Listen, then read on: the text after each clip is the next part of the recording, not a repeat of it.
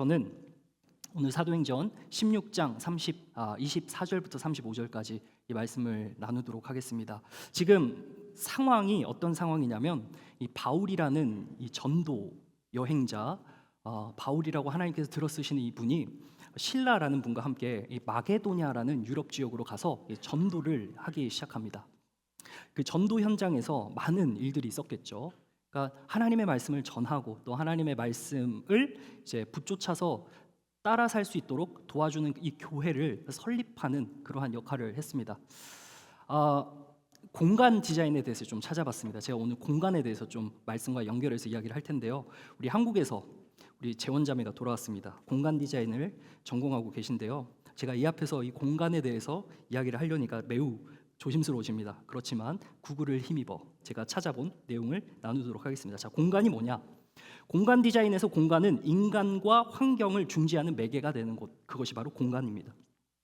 인간의 감정 활동을 담아서 재료나 형태나 색상과 디자인, 톤 앤 매너라고 하죠.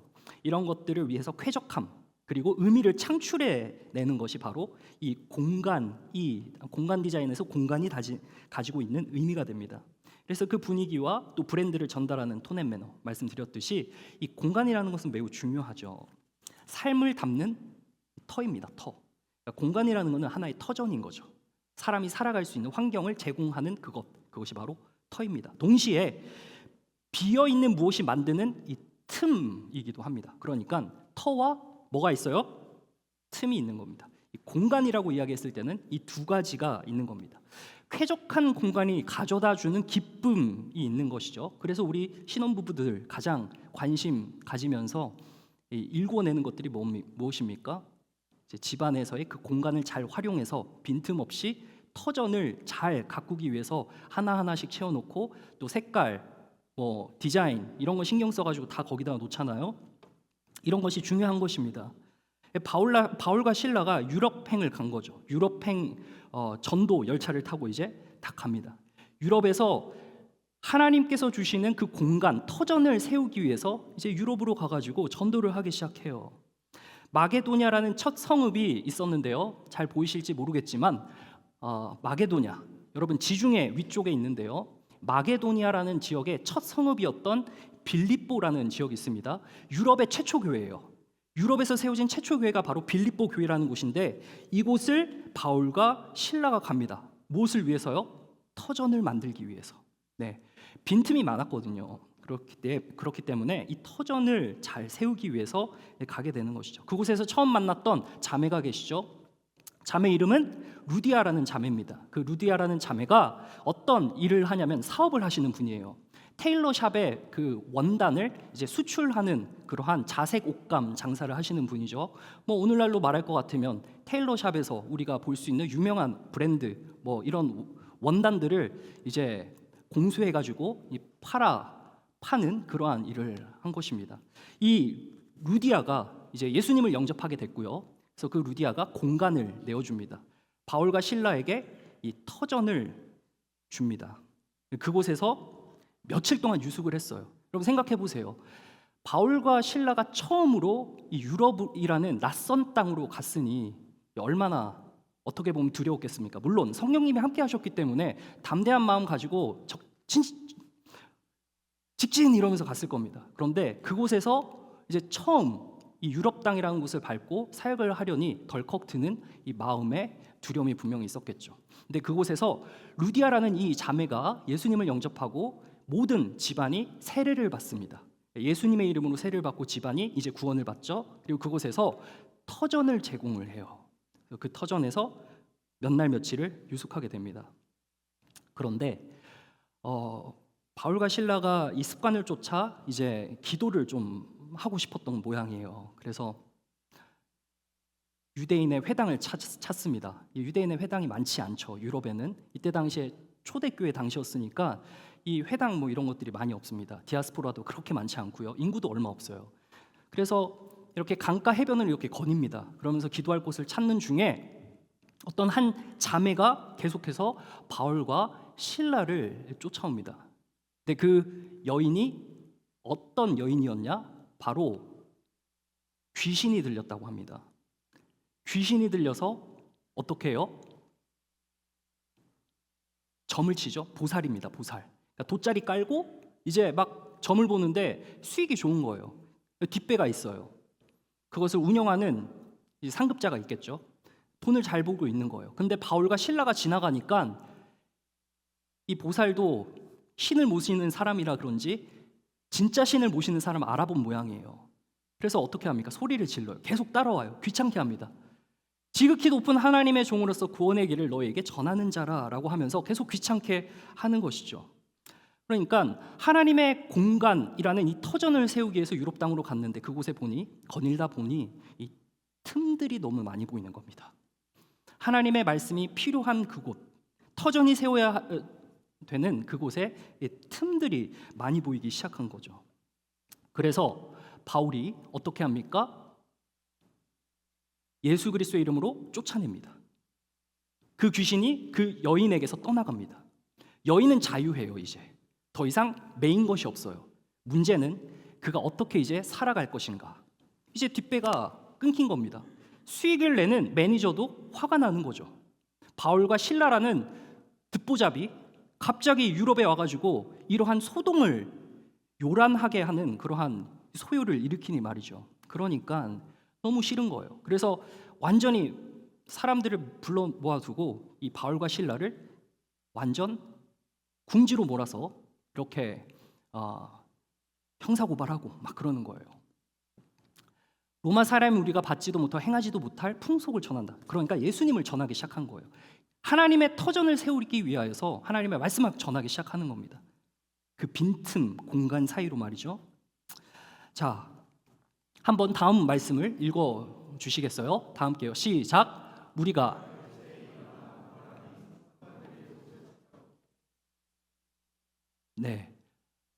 자, 유럽에 첫 발을 디딘 바울과 실라가 견뎌내야 했었던 고난입니다.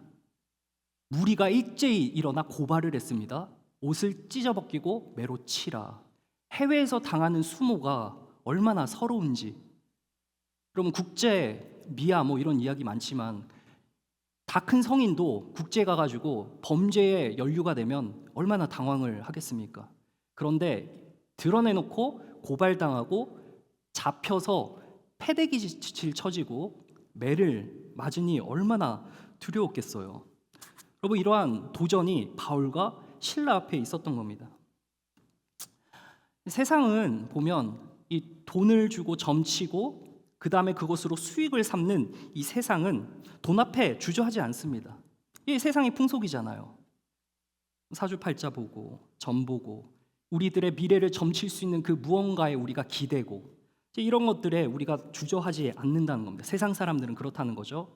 믿는 자도 어떻게 보면은 갈등할 때가 있습니다. 우리가 돈 앞에 서면은 하나님과 견주어서 이게 나에게 득이 되느냐에 따라서 우리가 잠시 선택을 유보하기도 하고 내가 하나님의 뜻 같아 보이는 나의 뜻을 내세워서 세상의 방식을 붙쫓아 살아갈 때가 있다는 겁니다. 우리 마음 가운데는 분명히 하나님의 터전이라는 이 공간이 새겨졌지만 이 사이로 항상 틈이 생겨서 균열을 만들고 분열을 시키는 마귀가 항상 우리들에게 세상적인 가치를 넣어준다는 겁니다. 그러니까 세상 속 시끄러운 일들이 일어나는 거죠.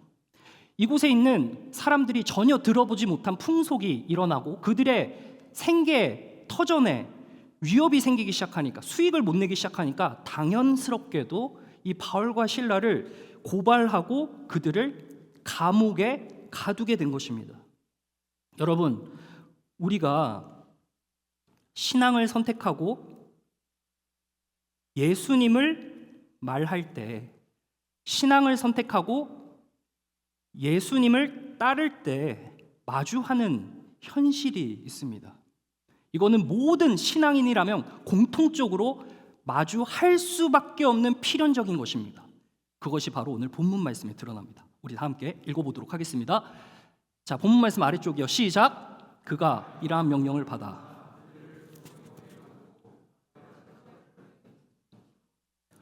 자, 간수가 감옥에서 명령을 받았습니다. 그래서 어떻게 해요? 바울과 실라를 이제 잡아들입니다. 전도하고 있는 사람들을 잡아요. 어떻게 해요? 깊은 옥에 가두었어요. 옥에 가두었을 뿐만 아니라 발에 착고를 채운다고 하죠. 여러분, 깊은 옥은 어떤 장소죠? 가장 안전한 장소일까요? 가장 고립된 장소죠. 고립된 그곳에 어떤 도움도 닿을 수 없는 그러한 공간입니다. 여러분, 예수님을 믿어서 우리가 정말 그냥 떵떵거리고 잘 될 것 같으면 이 세상 모든 사람들이 다 크리스찬이 됐겠죠. 그렇지만 그 크리스찬의 길은 너무나도 좁은 길이어서 우리가 예수님을 선택할 때면은 모두 다 필연적으로 우리에게 마주하는 이 한 공간, 그것이 바로 고립이라는 공간입니다. 예수님을 선택하고 예수님의 신앙을 따라가려고 막 노력하는 우리들에게 항상 공통적으로 마주하는 문제가 바로 이것이라는 겁니다.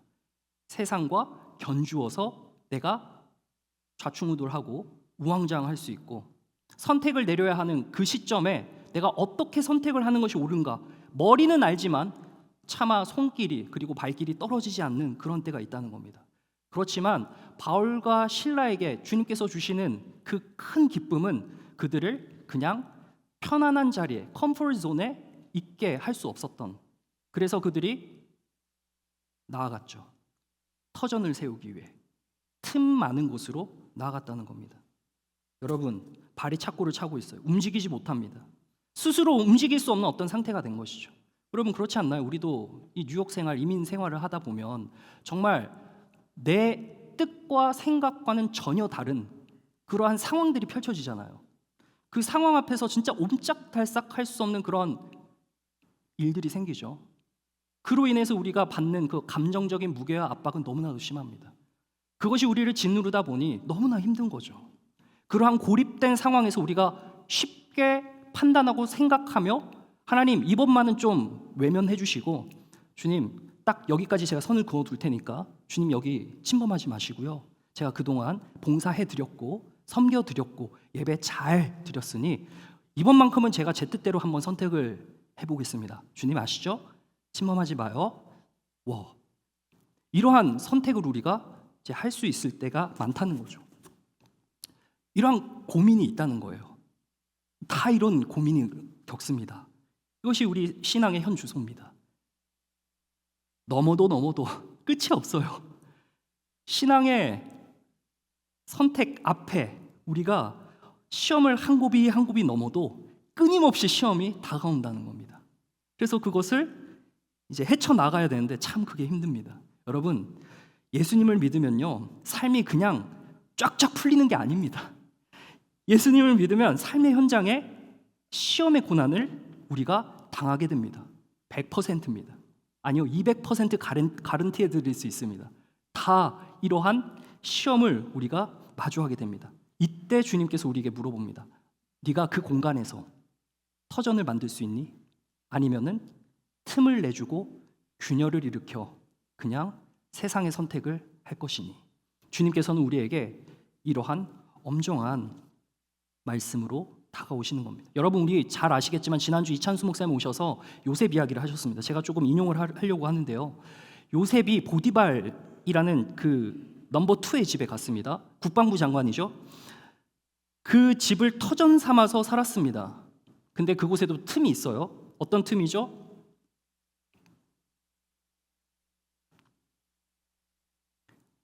자매님이 계시는데 보디발의 아내였던 이 어여쁜 이 미모를 자랑하는 이 아내가 날마다 동침하기를 요구해요. 요셉 어렸잖아요. 혈기왕성한 때죠. 근데 이 마나님께서 계속해서 눈짓을 한 겁니다. 어떻게요? 뭐 하루 이틀이 아니야. 계속 날마다. 여러분, 이러면은 남자들 어떻습니까? 솔직한 말로 대변해 주세요. 뭐 말 안 해도 알겠죠, 여러분. 힘들잖아요. 어려워요. 예, 정신을 바짝 차려야 됩니다. 그곳에서 벗어납니다. 틈이 많아요, 그곳에는. 그래서 그 공간을 벗어납니다. 그 공간을 벗어났던 그에게 형통한 길이 펼쳐졌냐? 그렇지가 않아요. 어떤 일이 벌어집니까?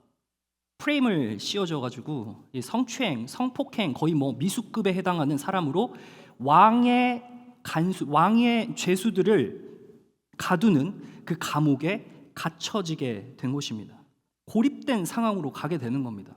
하나님을 의식해서 하나님 앞에 내가 어떻게 범죄할 수 있습니까? 라고 이야기를 하는 그 요셉의 신앙을 보십시오.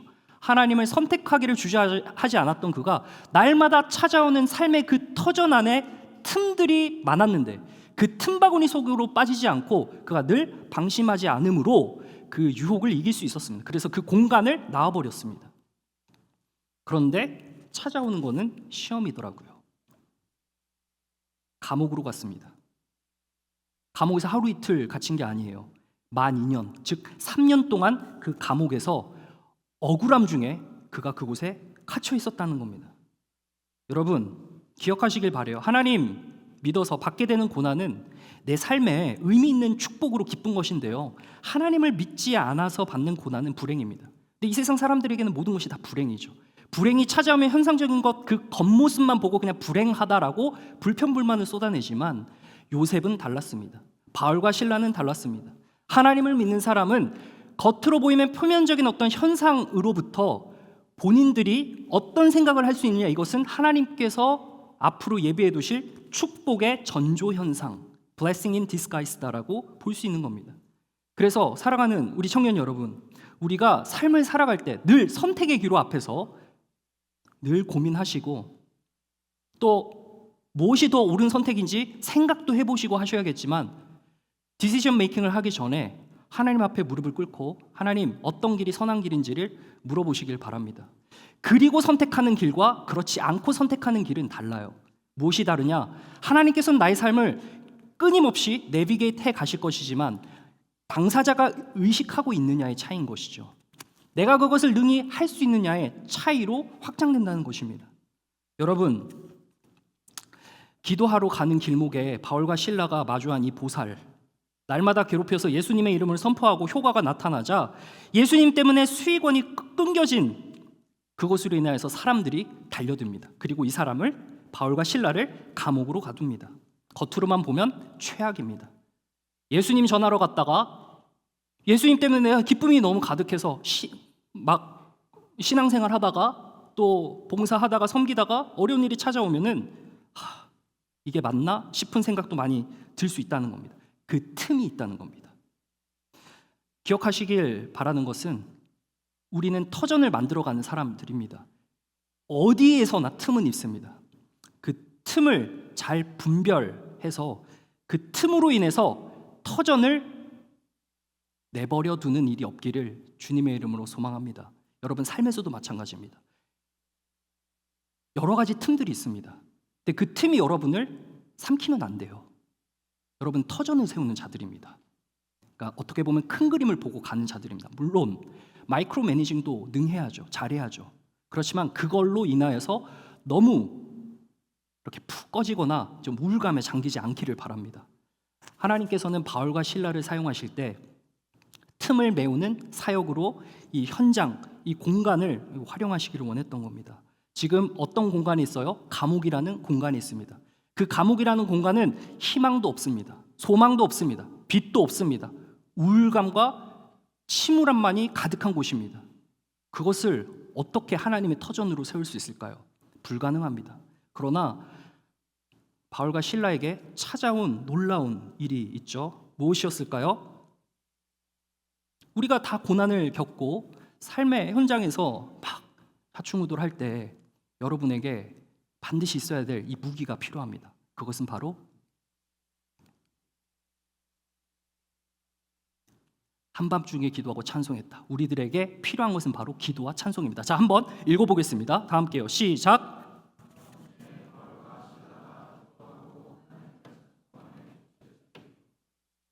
한밤중에 기도하고 찬송했다. 여러분 이거는 진짜 엄청난 겁니다.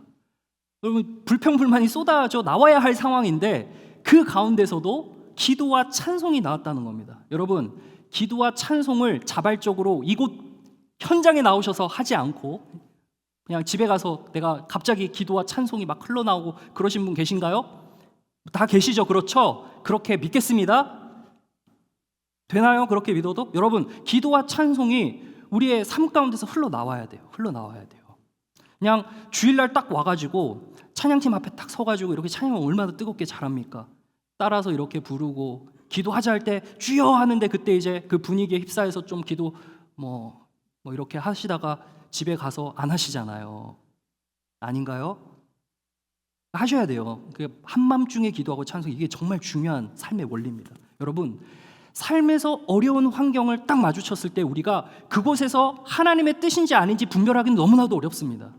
그렇지만 우리 마음 가운데 주님께서 주시는 한 가지 마음이 있다면 기도하고 찬송하는 마음, 이것을 통하여서 우리가 우리의 삶을 거뜬하게 살아낼 수 있고 그 틈을 메우면서 살아가는 삶이 된다는 것입니다.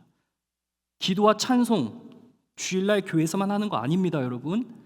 교회에 나와서 우리가 일주일의 삶을 살면서 기도하고 찬송했던 그 모든 것들을 모아서 이곳에서 함께 시너지로 congregational praise와 기도로 나아가는 것, 이것이 삶의 원리입니다.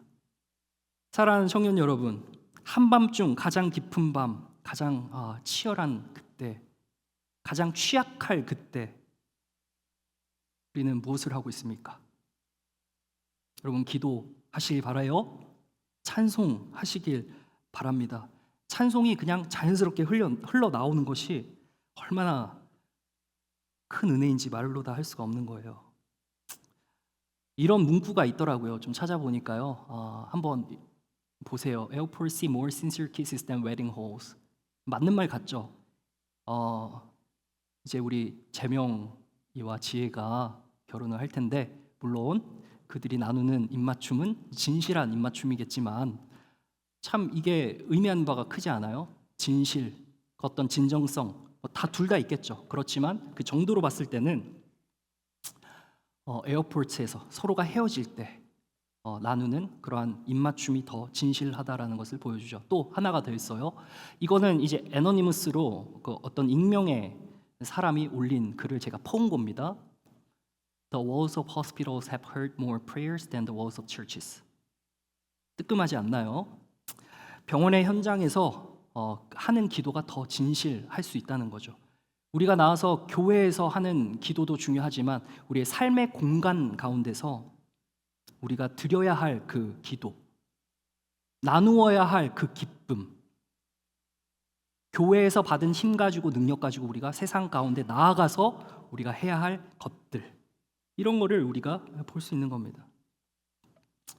한밤중에 기도하고 한밤중에 찬송을 한 바울과 실라, 여러분 예수님을 믿으면요, 예수님께서 그 주시는 은혜가 있는데 그 은혜가 바로 찬송과 기도입니다. 그것으로 삶의 위기를 극복할 수 있도록 도와주신다는 겁니다.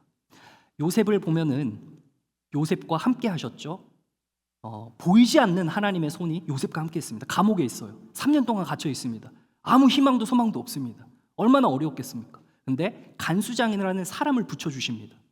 하나님께서 일하실 때는요, 항상 사람을 붙이세요. 사람을 통해서 일하십니다. 그 사람을 통해서 은혜를 받게 하셨다라고 하거든요. 자, 어떤 일이 일어났나? 간수장이 옥중 죄수들 누구의 손에 맡겼어요? 요셉의 손에 맡겼어요. 자, 조금 더 나아가 볼까요? 요셉의 손에 맡겼다는 건 뭐예요? 뭐 했다는 거예요? 간수장이 요셉을 신뢰하지 않았다는 거죠. 신뢰했다는 거죠. 그죠? 신뢰했다는 겁니다. 얼마나 성실하게 일을 잘했으면 신뢰를 했을까? 맡겨도 그냥 대충 맡기지 않고 싹 다 맡겨요. 그리고 심지어 프리패스 보지도 않아요. 뭔 말입니까? 성실하게 일했기 때문에 이 신뢰가 형성이 되었다는 거죠. 정직하고 성실하게 일했다는 겁니다. 죄수들이 요셉을 다 지켜보고 있었을 거예요. 여러분, 세상은 우리가 고난당할 때, 어려움 당할 때 지켜봅니다.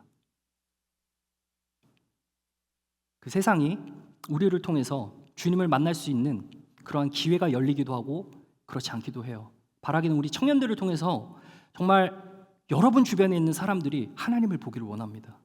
그런데 그것은 우리의 성실함과 정직함에 달려 있습니다. 성실함과 정직함으로 우리의 일을 다 해나갈 때, 물론 어렵고 힘든 이 상황에 펼쳐진 이 정말 자욱한 그림자가 나를 계속해서 엄습하고 계속해서 불평과 불만을 쏟아내게 만들지만, 그럼에도 불구하고 그 장소에서 하나님을 찬양하고 기도하는 힘을 가지고 우리가 우리에게 맡겨진 말을 그냥 성실하고 정직하게 수행해 나갈 때 세상은 우리를 계속해서 주목하고 있다는 것이죠. 그곳에서 하나님이 보이지 않는 손으로 일을 해 나아가십니다. 그러한 방식으로 우리들의 삶을 이끌어 나아가신다는 겁니다. 여러분, 임현수 목사님이라고 있어요. 토론토의 큰빛교회 담임이신데 북한에 수용당했던 목사님이 계십니다.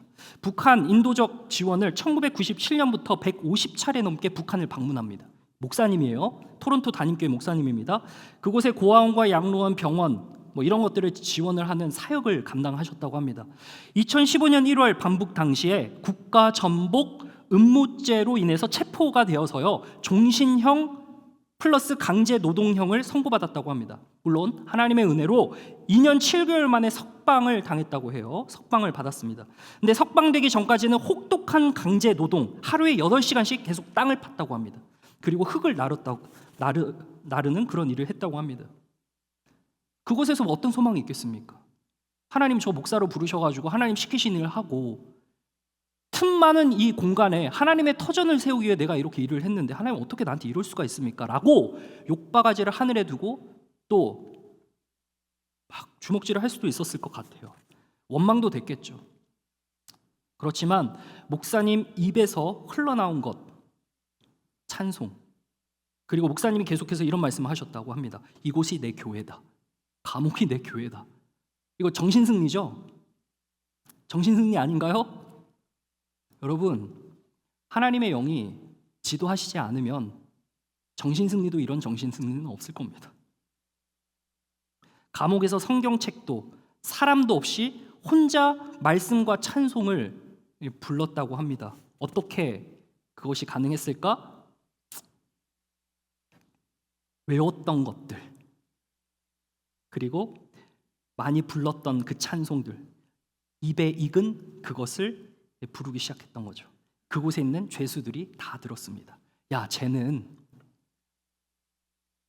신세 타령하지 않네? 지금 이렇게 잡혀와가지고 본인 앞날이 어떻게 될지도 모르는데 저러고 있으니 참 팔자 좋다. 야, 죄수들이 그렇게 생각하지 않았을까? 여러분, 그러나 임현수 목사님께서는 그 2년 7개월 동안의 기간을 정직함과 성실함으로 그곳에서 최선을 다하셨습니다. 사랑하는 여러분, 우리에게 맡겨진 사명과 사역은 본질적으로 영혼 구원입니다. 여러분의 삶을 통해서 누군가 여러분을 보고 예수 그리스도를 만나는 것이 우리들의 궁극적인 이 부르심 받은 자의 목적입니다. 이를 위해서 우리가 여러 가지 사역들을 감당하는 것이죠. 교회에서뿐만 아니라 여러분들의 일터에서 생존을 위한 그 일터에서 일을 하시는 중에서도 그곳에서 정직함과 성실함으로 틈틈이를 잘 메우면서 여러분의 터전을 만들어 나가는 것, 이것이 너무나도 중요한 것입니다. 그때마다 힘들 때 위기를 극복하게 하는 힘은 입에 익은 마음에서 흘러나오는 말씀 그리고 찬송입니다. 여러분, 찬송하기를 쉬지 마십시오. 기도하기를 쉬지 마십시오. 기도가 힘들면 아침 그리고 잠에 들기 전에 꼭 주님 앞에 내 시간을 떼어서 드리십시오. 찬양 많이 들으십시오. 찬송함으로 우리들의 영혼이 소생되어질 수 있다는 것이죠. 여러분, 이러한 기도와 찬송을 이 바울과 실라가 그 공간 안에서 하자 하나님의 터전이 세워지기 시작합니다. 어떤 일이 있을까요? 자, 한번 보도록 하겠습니다. 자, 읽어볼게요. 시작. 이에 갑자기 큰 지진이 나서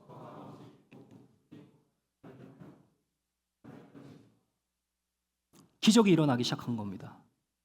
오늘날에는 이러한 초자연적인 일이 드문드문 곳곳에 일어나기도 하지만 이제 이때 당시에 딱 성령 하나님이 역사하시는 그 시대에 엄청난 일이 일어났죠. 바울과 실라가 그곳에서 기도하고 찬송하고 그들이 하나님께 감사했습니다. 그러한 상황 가운데서도 하나님이 유럽행으로 보내셔서 처음으로 교회를 세우게 하시는데 이 빈틈을 메우도록 하기 위해 먼저 마주한 귀신 들린 사람을 치유하고 그곳 가운데 예수님에 대한 이미지가 이제 생기기 시작하겠죠. 말들이 돌기 시작하겠죠. 이상한 풍속을 전한다 하면서 막 이제 핍박들이 다가오기 시작하는 겁니다. 마주한 갈등들을 어떻게 해결했을까? 뭐 할 수 있는 게 없죠. 힘이 없는데요. 그냥 그들의 손에 질질 끌려서 고발당하고 패대기질 당하고 감옥에 갑니다. 그곳에서 그들이 그 위기를 극복하는 그 힘, 바로 찬송과 기도를 하자 변화가 일어나기 시작하는데요. 그것이 바로 큰 지진이 났던 거예요. 여러분, 큰 지진이 나서 무엇이 움직였다고 해요? 옥터가 움직였다고 합니다. 파운데이션, 터전이 움직인 거예요. 터전을 하나님이 흔드신 겁니다. 바울과 실라가 머무는 그 공간을 흔들어서라도 하나님께서 역사하신 거죠. 그렇게 되자 어떻게 돼요? 문이 어떻게 됩니까? 다 열렸어요. 기적 아니에요? 그 다음 모든 사람이 차고에 채워져 있었는데 그 체인들이 어떻게 됐어요? unfasten, 다 풀려버렸어요. 메인 것이 다 풀립니다. 문도 열리고요. 이 지진 사건을 통하여서 바울과 실라의 그 고립된 상황이 풀려지게 된 거죠. 근데 그들뿐만 아니라 감옥에 함께 갇혀있던 모든 자들에게도 동일한 축복이 이제 흘러가게 된 겁니다. 본문 29절과 30절을 한번 읽어보도록 하겠습니다. 다 함께요. 시작. 간수가 등불을 달라고 하며 뛰어들어가 무서워 떨며 바울과 실라 앞에 엎드리고, 다음이요, 그들을 데리고 나가 이르되 선생들이여. 네, 죄수들이 도망가지 않아요. 풀렸는데. 그러니까 죄수를 한 사람이라도 놓치면 어떻게 돼요? 간수는 이거예요. 근데 도망가지 않은 겁니다. 그러니까 이 기적이 일어나니까 이게 무슨 일이냐, 너무 놀란 거예요. 그래가지고 바울과 실라에게 옵니다. 왜냐하면 듣고 있었거든요. 찬송과 기도하니까 얘네들은 뭐지? 이상한 것 같은데, 아니 이런 기적이 일어나는데 이 사람들은 왜 안 도망갈까? 와가지고 듣기를 원하는 거죠. 예수님이 누구신지에 대해서. 여러분, 우리가 먼저 이 기적 같은 일들을 전하기에 앞서서 저는 우리 청년들, 여러분, 우리 삶 가운데 하나님의 기적이 먼저 발견되어지기를 원합니다. 우리의 마음 가운데서 하나님께서 주시는 그 말씀 한 구절 한 구절이 쌓이며 주님께서 우리에게 주시는 그 평안, 그리고 기쁨, 이런 것들이 삶에서 좀 드러나기를 원하는 것이죠. 우리가 경험하지 못하는데 어떻게 전할 수 있습니까? 우리가 경험하지 않는데 어떻게 사람들이 우리를 통해서 주님을 볼 수 있습니까? 여러분, 착고가 풀렸습니다. 그리고 바울이 이야기를 합니다. 주 예수를 믿으라. 그리하면 너와 내 집이 구원을 받으리라 라고 한 것이죠. 그리고 나서 33절과 34절이 중요한데요. 마지막입니다. 우리 다 함께 읽어보도록 하겠습니다. 시작.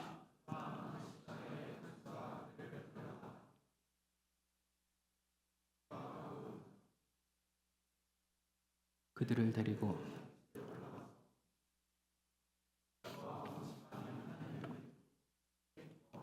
네, 바울과 실라는 물리적으로 그 공간이 감옥이라는 처절한 장소에 매여 있었지만 그들이 받은 하나님의 은혜와 그 사랑으로 인하여서 기뻐했기 때문에 감사 찬송하며 기도할 수 있었습니다.